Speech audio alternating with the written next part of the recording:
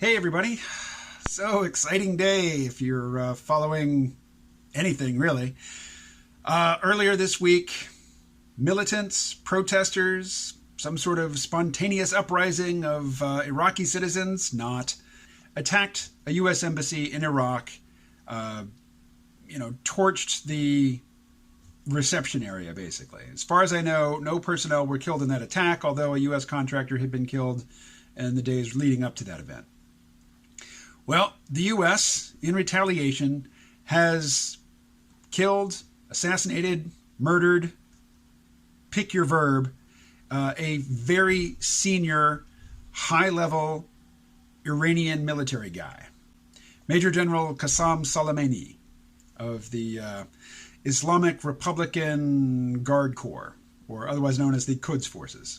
As you probably know, I delved deeply into two books by Peter Zeihan in this past year in order to fuel my daily video making. And those two books are The Absent Superpower and, before that, The Accidental Superpower. The Accidental Superpower basically describing how it is that the United States came to be a global leader in the aftermath of World War II, and the other book, The Absent Superpower, what the global scene will look like once the U.S. is fully pulled out of its overseas commitments which are largely a remnant of the late 20th century effort, latter half of the 20th century actually, to contain the Soviet Union. The Soviet Union has been gone for 30 years, and the U.S. has been withdrawing its troops from around the world steadily over the past 3 decades. The invasion of Iraq in the aftermath of the 9/11 attacks, if you look at a graph of U.S. troop deployments overseas, they've been going down, down, down, down, down, and then in the first couple of years of the 21st century, there was a little blip back upward. But in terms of, the commitment of the U.S. during the Cold War, it was still a tiny, tiny fraction of what we used to have in place overseas. Well, the Iraq War, the invasion of Iraq, the occupation of Iraq, the attempt to reformulate Iraq into a Western-style democracy under the guiding wing of the United States, I think it's fair to say has been a thorough, complete failure. But what of the person that the United States assassinated? Major General Qassem Soleimani. Probably pronouncing that wrong. I don't speak Persian. But as soon as I heard the news story, I was wondering, what's Peter Zeihan going to say about this? And Peter Zeihan, at that very moment, I'm sure, was typing up the newsletter that arrived in my inbox later that morning. So let me give you Peter Zeihan's characterization of Major General Qassem Soleimani. Peter Zeihan writes, Soleimani was not simply a terrorist, but instead a very rare bird. He was a strategic mastermind who also knew enough about the nuts and bolts of military and paramilitary operations to actually direct them on the ground. The common folk in Iran getting uppity? Battlefield losses in Syria? Pro-Iran forces in Iraq facing popular uprisings? Tehran's answer was always the same.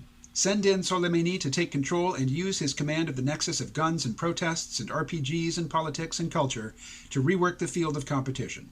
He has been the Iranian fixer since the early 1990s. The spontaneous, popular assault on the American embassy in Baghdad this past week was exactly his sort of operation. Now, notice that Zeihan is qualifying that. He's not saying that Soleimani planned, orchestrated, ordered that attack. He's just saying that's exactly the sort of thing that Soleimani is known for.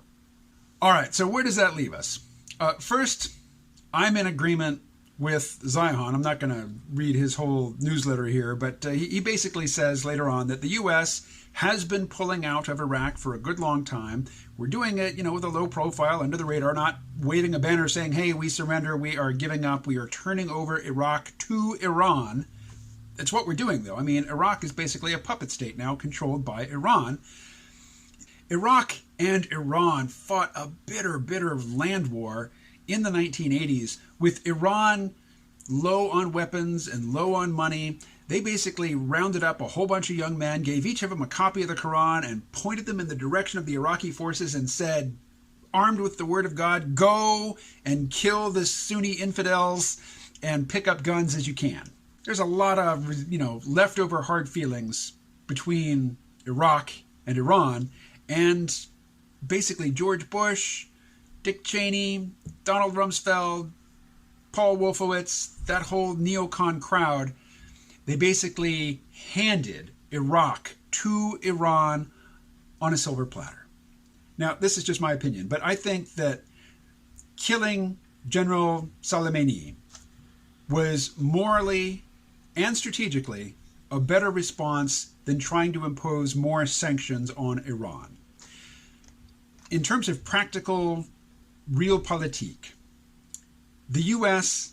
could not simply just shrug its shoulders and say, oh, good one, you got us, and just continue the pullout. Some sort of response was required. Now, I think that, in a perfectly rational world, or at least if the U.S. was perfectly rational, including the U.S. electorate were perfectly rational, that, if Iran is basically throwing eggs at us as we walk out the door, staging attacks on the Saudi oil fields last summer, murdering the occasional contractor, creating this supposedly organic uprising to storm and attack the U.S. embassy. None of that really hurts the United States.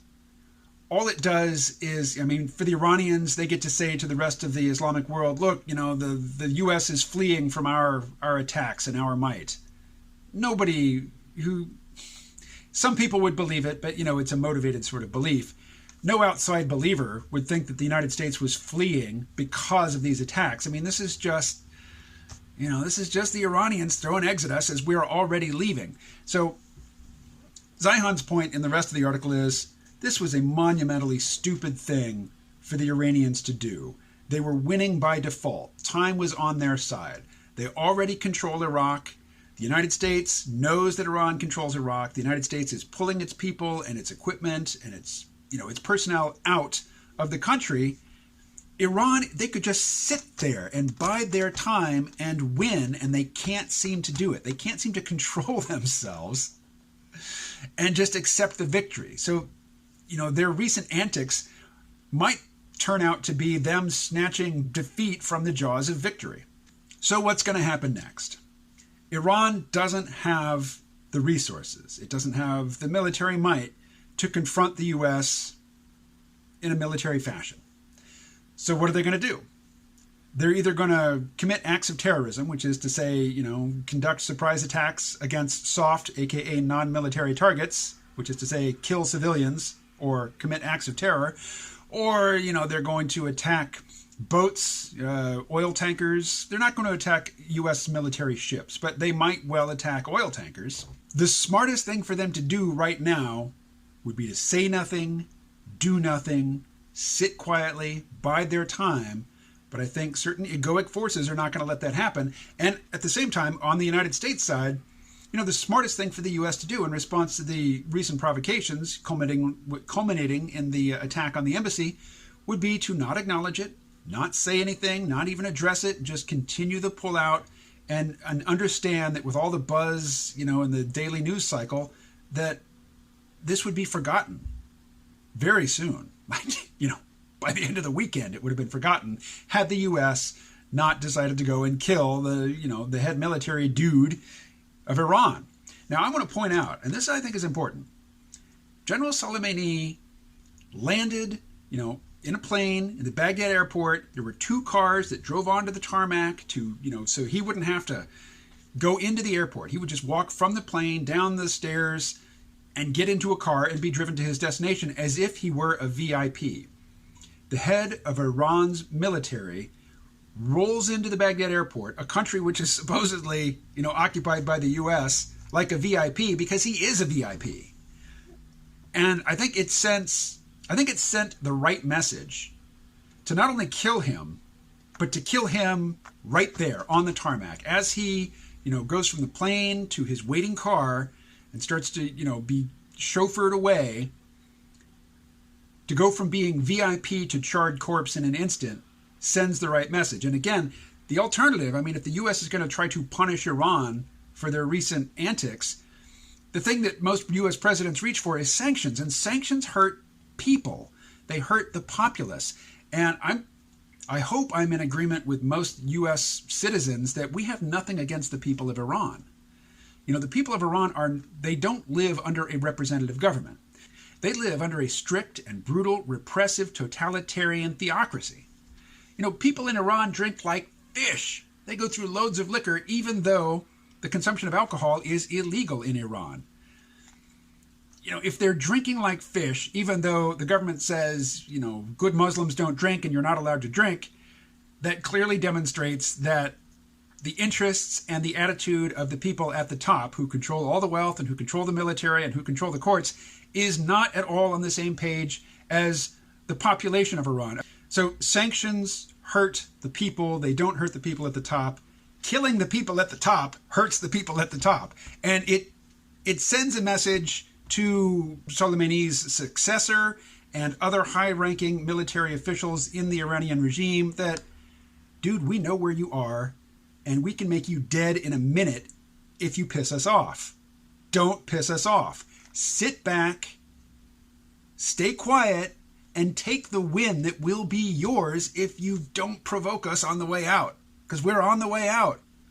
After 2 decades, of failed occupation and attempts to remake Iraq in the image of the United States, the Americans are pulling out. It's over. Iran, you won. If you can just sit there quietly and let the victory manifest itself in your lap with almost no further effort on your part, you can do that. Or you can make an effort and screw it up for yourself and possibly get killed in the process. But can we all agree? Well, probably not. But here's my desire. I don't want to see Iran bombed. Absolutely, positively do not want to see one American soldier sent to Iran as a result of this brouhaha. And I don't want to see any retaliation that focuses the pain on the Iranian populace. The pain has to go to the people at the top. Or we just need to take the hit to our ego and say, oh, ouch, you got us. Oh, well, see you later. Because the U.S. is not threatened by Iran. Who wants the U.S. to stay in the Middle East with a heavily armed presence directed at Tehran? Saudi Arabia. The House of Saud would be thrilled to see the United States turn on a dime, stop pulling out of Iraq, and start a new troop buildup in the region. That would be entirely to their interests. We can't do that. It bothers me, to put it mildly, that the U.S. continues to, bow and scrape at the feet of the House of Saud. We don't even need their oil anymore. That's China's oil that we're protecting by propping up the House of Saud. All right, so this is getting out of control. I do want to actually end on a tweet from Andrew Yang. Andrew Yang tweeted, "War with Iran is the last thing we need and is not the will of the American people. We should be acting to de-escalate tensions and protect our people in the region." Amen. I agree wholeheartedly. It doesn't matter if our pride is wounded. Really, if the United States commits to a war with Iran, or even, not even necessarily a full-on invasion, but just, a stern retaliation. Basically, if Donald Trump takes it into his head that he's going to spank Iran hard for this, it's only going to help him in the election. Americans rally around the president in a time of war. People who are dissatisfied, people who are disgusted by Donald Trump and his antics will fall in line and support him if we are in a period of what feels like war come election time. And God help them, the mainstream neoliberal Democrats never met a war they didn't like.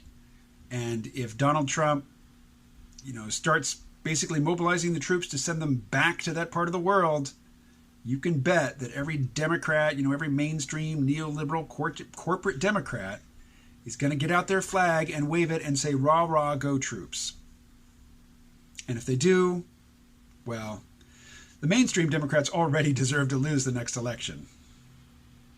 So I guess it doesn't really change matters substantially. Anyway, this is a news story. I don't usually comment on the news. More facts will be coming to light.